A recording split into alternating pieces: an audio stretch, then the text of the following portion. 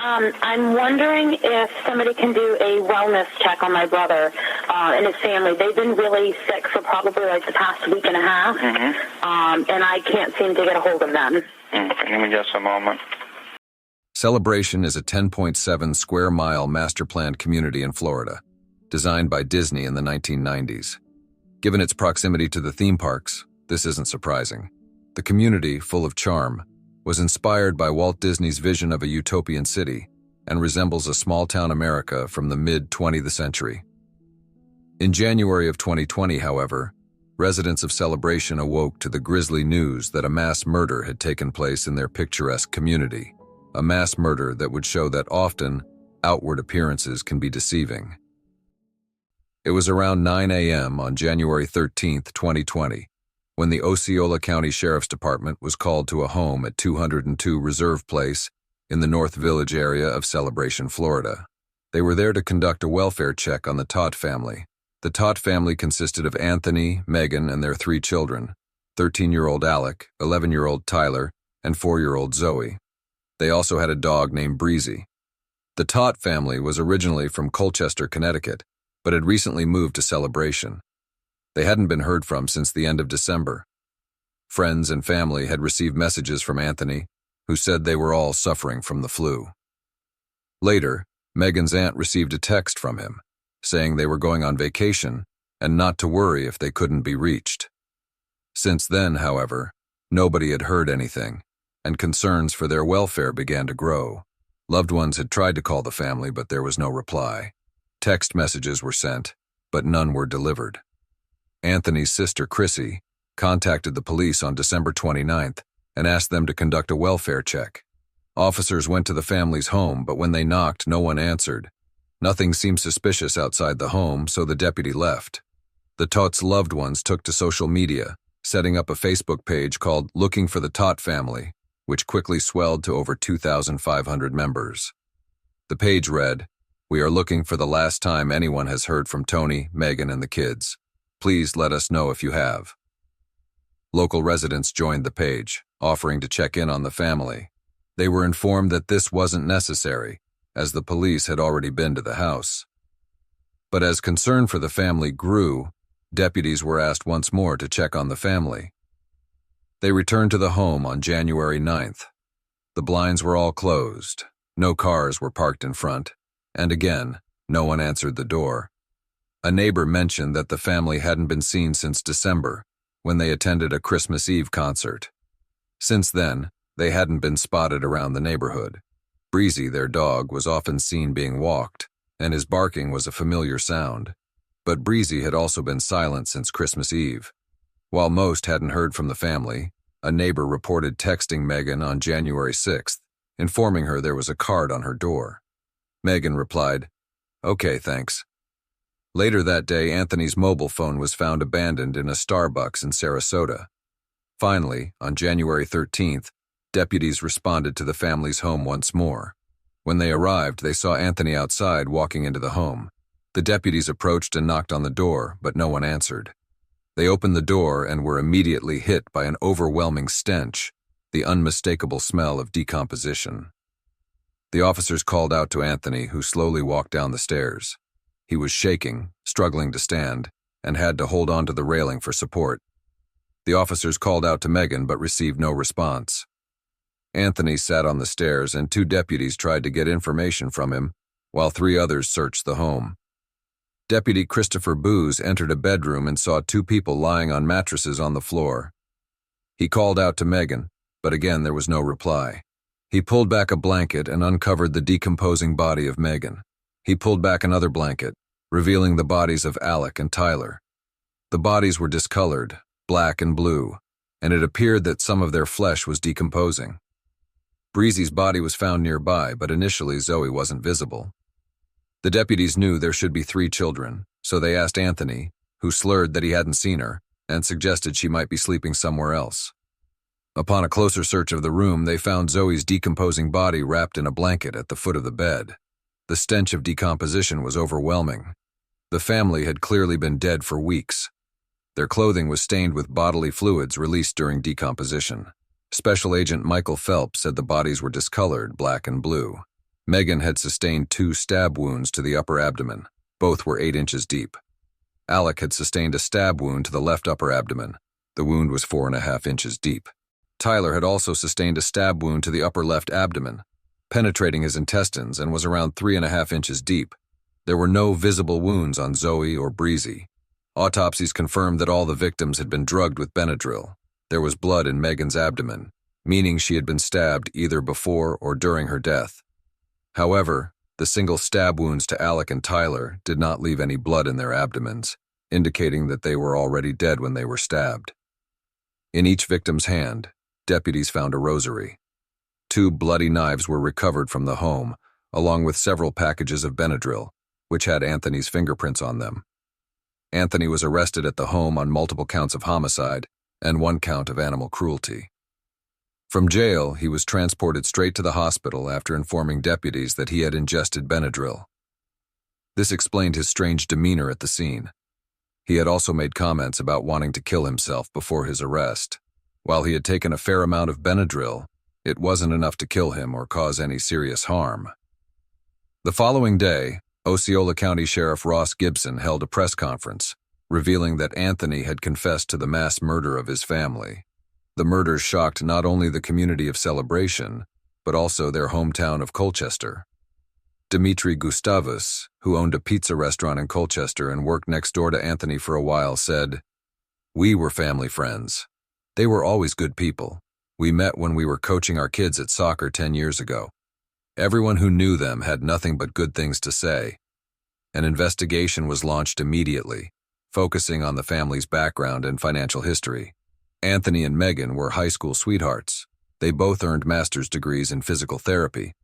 In 2006, back in Connecticut, they purchased a home together and opened their own practice, Family Physical Therapy in Colchester. Anthony was listed as the owner, and Megan as a physical therapist. They also operated a second practice in Westchester. In July 2005, the couple purchased a 2-bedroom condo on Longview Avenue in Celebration, Florida. They used it as a place to stay while traveling for work and as an investment property. Then, in 2017, they sold their Colchester home for $348,000 and moved into a rented home on Reserve Place in Celebration. This home was stunning, an elegant 4-bedroom, 4-bathroom New England-style house with a swimming pool, perfect for the kids. The home had sold for $650,000 the year before. While in Florida, Anthony traveled between Colchester for work and their home in Celebration, while Megan was a stay-at-home mother. She homeschooled their 3 children and loved making meals from scratch. Those who knew Megan said her entire being was devoted to motherhood. Alec and Tyler took piano lessons from Bobby Sedgwick, a private music teacher in Celebration. Bobby and Megan bonded over their homeschooling methods and became close friends. Bobby described Megan as a dear friend, a mom who truly took care of her family. The children were musically gifted. Alec played the violin, Tyler played guitar, and in addition to piano, Alec loved reading. He was the serious older brother, but always made time to conspire with Tyler, the comic relief of the family. Tyler, the Joker, was quick with a witty joke but was also compassionate and mischievous. Zoe, affectionately called Princess Zoe, could always hold her own with her big brothers and wasn't afraid to set them straight when needed. She was excited about starting ballet lessons soon. Zoe was said to be quiet but curious. The family was complete when they adopted Breezy in 2014, a dog with a huge heart and unconditional love for her family. Breezy was in most of the family photos and was much more than just a pet. Neighbors Michelle and Monica Austin said the Todt family appeared to be a normal, happy family. The children could often be heard playing in the backyard, and the family was well respected in the community. This idyllic picture clashed with Anthony's traumatic past. When Anthony was just 4 years old, he witnessed a horrific event. He awoke to the sound of his mother screaming and walked into the hallway to find a man on top of her in bed. Another man picked him up and brought him back to his room. It turned out that his mother, Loretta, had been shot in the face while she slept. Though the bullet destroyed her left eye and lodged in her skull, she survived. Anthony's father, Robert, had orchestrated a murder-for-hire plot against Loretta. He was sentenced to 2 consecutive 5 to 10-year prison terms and was released after serving 10 years. The trauma of witnessing this event was eerily significant, given that Anthony now stood accused of killing his own wife, children, and dog. Megan was estranged from her mother, but she was close to her aunt Cindy Kopko and uncle Stuart Peel. They had visited the family in Celebration many times and loved taking the children to theme parks and beaches. Since the family business was in Colchester, Anthony worked at the practice during the week and commuted to Florida almost every weekend. He told friends this was only temporary until the business could sustain itself. The goal was for the family to live together in Celebration permanently. At the practice in Connecticut, there had been a sign on the door saying they were closed for the holidays and would reopen after the 1st of January, but they never did. After Christmas, Anthony never returned to Connecticut. To outsiders, the Todt family seemed like the quintessential all-American family, living in a picturesque area. Their lives certainly appeared enviable, but appearances can be deceiving. What people didn't know was that Anthony had gotten the family into a serious amount of debt. It was uncovered that the Todts were in the process of being sued for failure to pay rent at their home in Reserve Place, Celebration. On the 22nd of December 2019, an eviction notice was filed by P&Y Dorday LLC against Anthony and Megan for allegedly breaching the lease agreement. In May of that year, they had signed a 1-year lease, but by December, they owed almost $5,000 in rent, prompting eviction proceedings. Earlier in June, the Celebration Residential Owners Association filed a suit to foreclose a lien for assessments against Anthony, and the Georgetown at Celebration Condominium Association did the same. This was in relation to the condo they owned in Celebration, separate from the home they were renting. The court was asked to allow the sale of the condo to satisfy the Homeowners Association lien. Anthony owed around $3,000 in assessments, interest, late fees, collection costs, and attorney fees. It was also uncovered that Anthony's two companies, Performance Edge Sports LLC and Family Physical Therapy, which were essentially the same, owed nearly $100,000 to two creditors for unpaid loans. On the 1st of March 2019, Business Merchant Funding filed a civil lawsuit seeking over $28,000, with interest and attorney fees bringing the total up to $36,000. Then, on the 24th of January 2019, Green Capital Funding LLC sought over $50,000, which had risen to $63,000 due to interest and legal fees. Family Physical Therapy had two offices. In November, the one on Park Avenue closed suddenly, with patients left uninformed, even though they were in the middle of treatments and needed to find new therapists without any notice. According to records, Anthony's physical therapy license had expired on the 30th of September, and he hadn't bothered to renew it. In Westchester, the landlords for the Family Physical Therapy office began the process of evicting them for unpaid rent in December and January, with Anthony owing them nearly $6,300. Additionally, employees at the physical therapy practices hadn't been paid. Anthony was also under investigation by the Connecticut Office of the Attorney General. In November, the FBI showed up at Family Physical Therapy. It was discovered that the U.S. Department of Health and Human Services Office of Inspector General was investigating Anthony's business practices, as was the FBI. Special Agent Jeffrey Anderson stated in an affidavit that they had been investigating Anthony since April 2019. The investigation involved allegations that Todt and Family Physical Therapy were engaged in a healthcare fraud scheme. This included submitting fraudulent claims for physical therapy sessions to the Connecticut Medicaid program and to private health insurance plans, such as Anthem Blue Cross Blue Shield, for services that were never provided. Anthony had billed Medicaid for tens of thousands of dollars for appointments that never took place, involving several patients. 5 parents whose children were receiving physical therapy from Anthony, covered by Medicaid or private insurance, were going in for treatments twice a week. However, Anthony billed as much as 5 times a week. In some cases, he even continued to bill for treatments long after families had moved out of the state. One case involved a young basketball player, who Anthony claimed he was treating for a torn muscle. However, this was long after the player had been cleared to play and had stopped attending physical therapy sessions. In total, Anthony billed Medicaid more than $24,000 for treatments that were never performed. He also sent out numerous bills for services allegedly performed on Saturdays, despite the fact that his clinic was closed on those days. It wasn't just Medicaid he was defrauding. Anthony also defrauded Anthem, Cigna, and other healthcare benefit programs, raking in over $130,000 in fraudulent bills. The fraud was discovered when a patient transferred to another practice and found that her children's records had been falsified. The new physical therapist treating the family realized that the treatments hadn't been performed, even though they had been billed. With the money Anthony received from these fraudulent claims, he made payments on more than 20 short-term high-interest loans he had taken from various lenders. Anthony admitted to the fraud when questioned by the FBI, confessing that he had been billing for non-existent services to keep up with the personal loans he had taken. When asked if Megan knew about the fraudulent billing practices, Anthony responded, "No, only me." He agreed to retain an attorney before meeting with authorities and was supposed to return to Connecticut from Florida on the 8th of December, but Anthony never returned. When deputies responded to the Todt home on the 9th of January, they were there to serve an arrest warrant from the U.S. Department of Health and Human Services.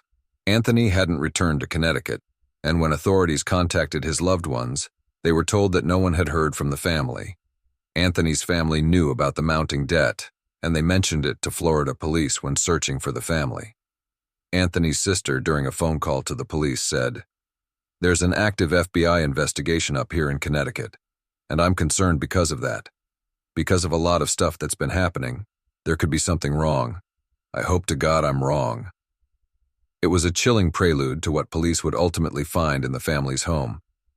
In short, Anthony had been living well beyond his means for quite some time. He must have been feeling immense pressure from all the creditors chasing him for money. On top of that, he was being investigated for fraud and, if found guilty, faced a prison sentence and even more debt. After Anthony was arrested and informed that his family was deceased, he expressed a desire to join them. Anthony readily confessed to the murders, but he claimed that it had been part of an elaborate murder-suicide arranged between himself and Megan. He explained that Megan, who was chronically ill, had started watching videos that predicted an upcoming apocalypse and described how to reach salvation. According to Anthony, he and Megan had spoken to the children about killing themselves. He explained that he and Megan started planning the murder-suicide before Christmas, but they wanted to wait until after the children's Christmas concert because the kids were looking forward to it. Anthony then began to detail the murders. He said that Zoe was asleep in her bedroom, Alec was in the boys' room, and Tyler was downstairs in the library. He described it as just so refreshing. He detailed how Zoe was killed first. He went into her bedroom and sat alongside her for a couple of hours because he couldn't bring himself to kill her. Anthony had brought a knife into the bedroom.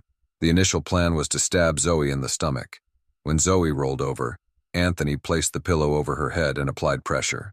He commented that he rolled on top of his 30-pound daughter to prevent her from struggling. Anthony said that as he killed Zoe, Megan waited outside the bedroom. Next, Alec was killed. Anthony said he suffocated Alec and stabbed him once in the chest. While doing so, he alleged that Megan held Alec's leg. Next, Anthony went into the library where Tyler was asleep on the sofa. Much like Alec, he was suffocated and stabbed. Anthony claimed that while he killed Tyler, Megan was meditating.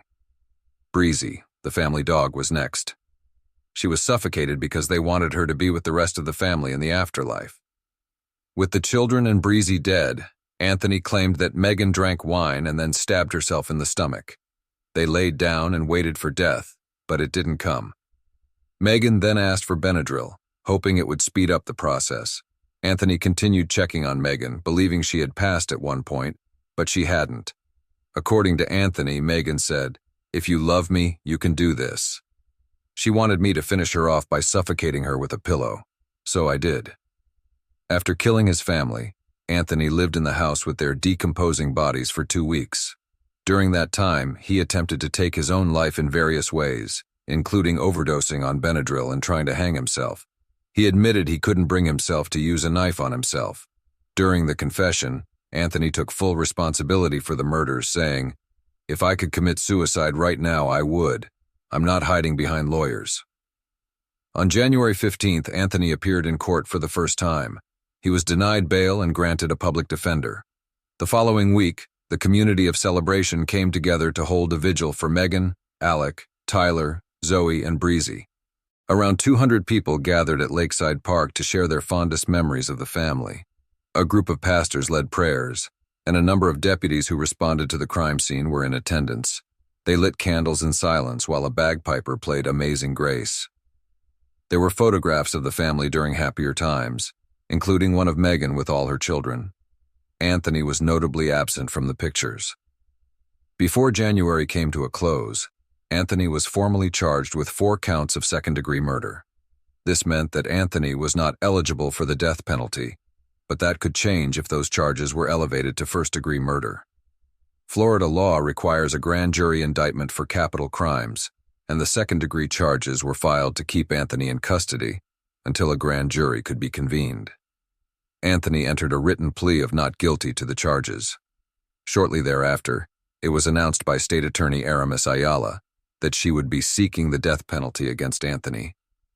Back in 2017, Ayala had announced that she would not seek the death penalty in Orange and Osceola County cases, but her death penalty review panel unanimously decided to pursue the death penalty against Anthony.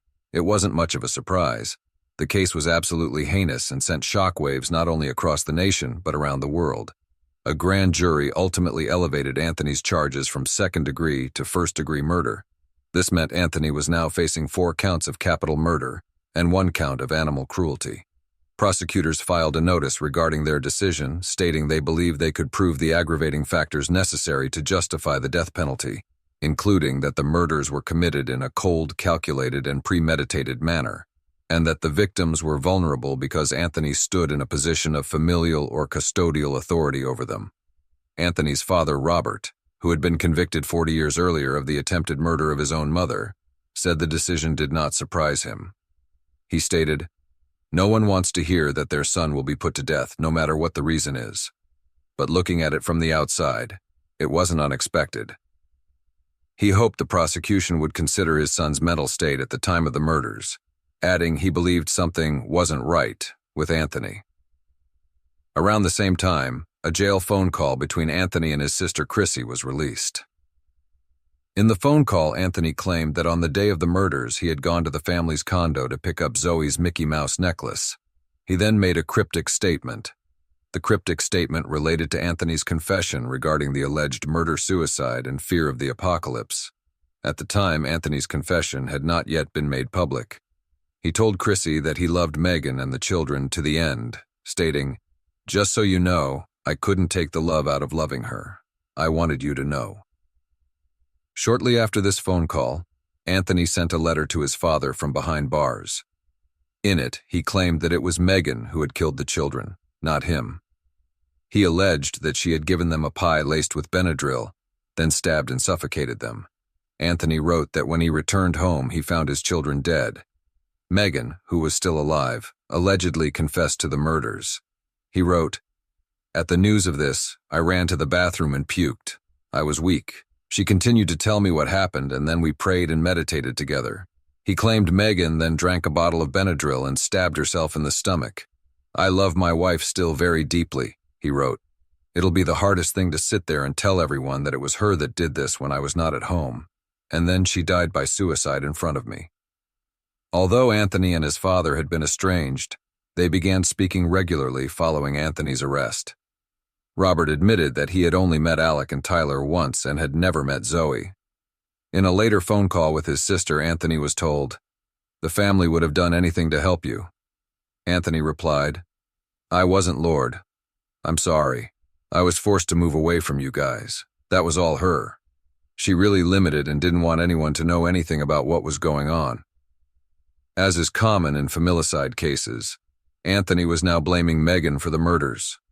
By January of the following year, prosecutors announced they were no longer seeking the death penalty against Anthony. In a filing, State Attorney Ayala wrote, "After consideration of the facts and law applicable to this case, including serious concerns regarding the mental health of the defendant, it is not in the best interest of the people of the state of Florida to pursue the death penalty as a potential sentence." Around the same time, federal prosecutors in Connecticut filed a motion to temporarily dismiss the healthcare fraud case against Anthony. The purpose was to allow the murder case in Florida to proceed expeditiously and without undue complication. The murder trial was scheduled for September of 2021, but before then there were a number of pre-trial hearings. Anthony's defense team attempted to get photographs depicting the family's dead bodies excluded from evidence during the trial. They also tried to get Anthony's confession thrown out and prevent information regarding the healthcare fraud from being introduced. Anthony's defense attorney, Peter Schmer, described in court how Megan, Alec, Tyler, and Zoe had been dead for at least 2 weeks when they were found, and that they were significantly decomposed. He referred to the photographs of the bodies as shocking and extremely prejudicial.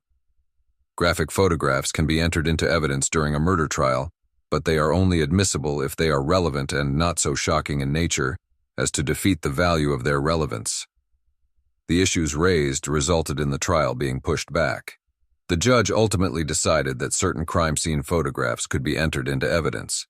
The judge also ruled that the healthcare fraud information could not be mentioned, but prosecutors stated that they never planned to link the two cases.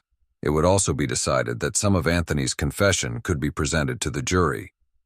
Early the next year, the judge ruled that Anthony's defense team could not present evidence relating to the mental health issues he exhibited after his arrest. Anthony had expressed suicidal thoughts and had been involuntarily committed under Florida's Baker Act, but this information could not be disclosed to the jury during the upcoming trial. This was decided because Anthony's defense team was not pursuing an insanity claim, and the diminished capacity defense is not allowed in the state of Florida. More than 2 years after the murders had taken place, the trial finally opened on April 11, 2022. The jury was seated, and the trial was ready to begin. During opening statements, State Prosecutor Danielle Pinnell informed the jury that after Anthony's arrest, he had made a full confession to the murders. However, the following year he changed his story, claiming that it was Megan who had killed the children and then herself. She presented the prosecution's theory that the murders had been committed as a murder-suicide because Anthony believed the apocalypse was coming. She stated, "Everybody needed to die in order to pass over to the other side." The defense deferred their opening statements, saying they would present their case after the prosecution rested. A forensic expert testified about the Benadryl found inside the home.